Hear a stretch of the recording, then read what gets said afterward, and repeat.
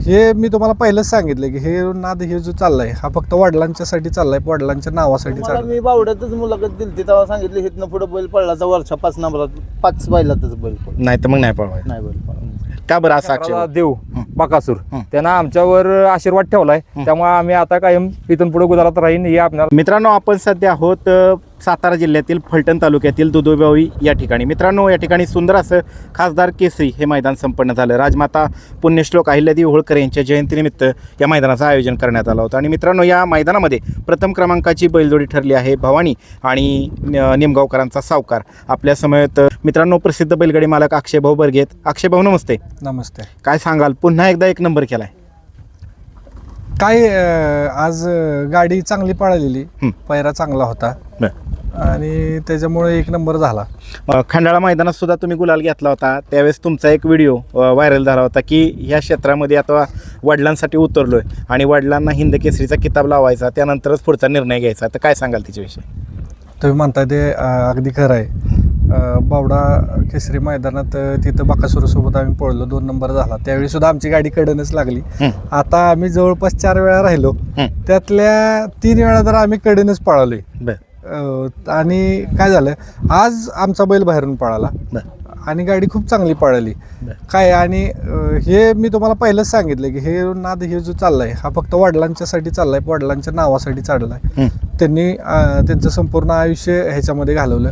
त्यानंतर आमचे चुलते रवींद्रप्पा बर्गे कैलासवासी त्यांनी सुद्धा भरपूर दिवस नाद केला आणि ह्यांचं नाव आपलं चिरंतर टिकवायचं म्हणून हा नाद चालू आहे. आणि त्यांना हिंद केसरी केल्यावरच मी थांबणार, हे तुम्हाला पहिलेच मी सांगितलंय. त्यात बदल नाही होणार. म्हणजे आणि मी त्यांना हिंद केसरी बैलगाडा मालक करणार म्हणजे करणार. आगामी आता हिंद केसरी मैदान येत आहेत, जसं की पेडगावचं जनतेच्या मनातलं हिंद केसरी मैदान, त्यानंतरनं बैलपोळ्याचं मैदान आहे, त्यानंतरनं 61 फाट्याचं आहे. आता हे 3 मोठी मैदान येणार आहेत आगामी. तर काय वाटतंय तुम्हाला? मैदान आता जी मोठी येणार आहेत, अगदी तुम्ही म्हणल्याप्रमाणे पेडगावचं आहे म्हणा, माळशिरसचं आहे मैदानात, त्यासुद्धा पायरा मी अगदी 1 नंबरमधलाच पायरा करणार आणि तिथं सुद्धा गाडी 1 नंबरच करेल अशी माझी अपेक्षा राहील. निमगावच्या सावकारचं कसं काय नियोजन झालं आज? निमगावच्या सावकारचं आणि आमचं बावड्यातच बऱ्यापैकी नियोजन झालं होतं. त्या बाईटमध्ये ती होती. हा, त्या बाईटमध्येच ते होते. आणि तो सुद्धा माणूस अतिशय चांगला आहे, सगळ्या मनाचा माणूस आहे. सगळ्यात महत्त्वाचा आम्हाला ह्या पायरा जर खरंच कुणी करून दिला तर तो किरण आप्पांनी करून दिला. पहिलवान आणि राहुल बाबा बोलले आणि आप्पांनी शब्द त्यांना सांगितलं की बाबा हे घरातला आपल्या बैल आहे, बैल हे तिथं पळवावंच लागेल, त्याला काही पर्याय नाही. आणि त्यांनी सुद्धा आपलं चांगल्या मनाने मला वारंजीच्याच मैदानात त्यांनी सांगितलेलं की हाणू आपली गाडी फलटणला. इथं दुधबावीमध्ये मैदान होईल एवढं चांगलं मैदान असं भेटेल असं वाटत होतं काय पळायला? नाही तसं वाटत नव्हतं. सगळी चर्चा होती उराटीचं, पण आमच्या डोक्यात एकच फिट आहे की उराटीची जीच मैदान आहे तीच मैदान आम्हाला सुद्धा पळायची. बरं, त्यातच खरं कसं लागतोय? त्यातच खरं कसं लागतोय. महत्वाचं आता हिंद केसरी मैदान पेडगावचं ती उराटीचीच फाटी आहे ना. बरं. आणि गाडी कोणी चालवली? जॉकी कोण होता? बाहेर ड्रायव्हर होता गटाला. तिन्ही फेरे त्यांनीच गाडी. आमचा सोमा ड्रायव्हर तडप आणि आप्पा ड्रायव्हर काढून ही 2 आपल्या बैलाबरोबर कंटिन्यू असणारे आप्पा कंटिन्यू आपल्या बैलाची गाडी हाणतात. त्यांनाच सांगायचं होतं, परंतु मामा म्हणले की त्यांना मी मुंबईवरून बोलवले आणि सगळ्यांचीच मनं जपायची असतात. बरोबर, प्रत्येकाला चान्स देताय तुम्ही. पुढं मागे सरकून करावं लागतं. सगळ्यांचा विचार केला जातो आणि असंच राहिलं पाहिजे. आणि अजून बाकी काय सांगाल, म्हणजे काय 21 तारखेचं का नियोजन केलंय का 22चं केलंय नियोजन? 21चं नियोजन. कसं असेल नियोजन? टॉपचंच. 5 बैल आहेत त्यापैकी. अक्षय भाऊ एवढ्या ठामपणे सांगतात म्हणजे त्या तुम्हाला मी बावड्यातच मुलाखत दिली तेव्हा सांगितलं हिथनं पुढे बैल पडला तर वरच्या 5 नंबरात 5 बैलातच बैल पडला. नाही तर मग नाही पळवायचं. नाही बैल पडला. का बरं असं अक्षय भाऊ? आम्ही पहिल्यापासून खेळ मोठा आहे. आजपर्यंत आम्ही फडके शेठ बरोबर होतो, आमचे महेश शेठ ताडाली भिवंडी त्यांच्याबरोबर खेळ आपला.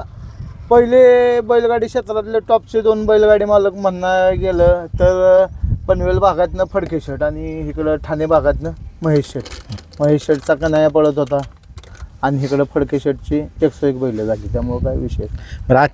अक्षय भाऊ, आजचा हा विजय कुणाला समर्पित कराल? आमचे महेश पाटील ताडाली भिवंडी यांचे परम मित्र आणि भवानी बाबा पळावा अशी त्यांची पहिल्यापासून इच्छा होती. असे भानुदास सीताराम चौधरी यांना श्रद्धांजली वाहून आजचा विजय आम्ही समर्पित करत आहोत. चालतंय, धन्यवाद अक्षय भाऊ.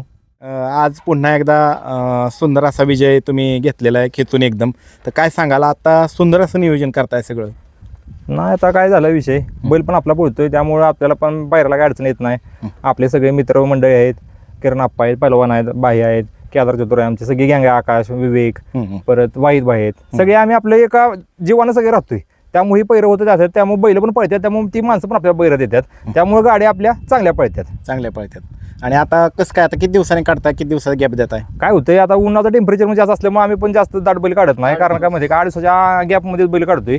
बावड्याचं मैदान झालं किती दिवसांनी पळवलं? बावड्याचं मैदान झाल्यानंतर आम्ही 10 दिवसानंतर बैल पळवला. म्हणजे बावड्याला 7 पण ऊन तारखेला जास्त होतं. आपण बावड्याला पहिलो, त्यानंतर डायरेक्ट 17 तारखेला आपण वारंजीला पहिलो, आणि त्यानंतर आताच त्यानंतर आपण 24 तारखेला पहिलो आला दुशाला ओडूजला, त्यानंतर डायरेक्ट आपण इथं म्हणजे 7-8 दिवसाच्या गॅपनंच आपण बैल पळतोय.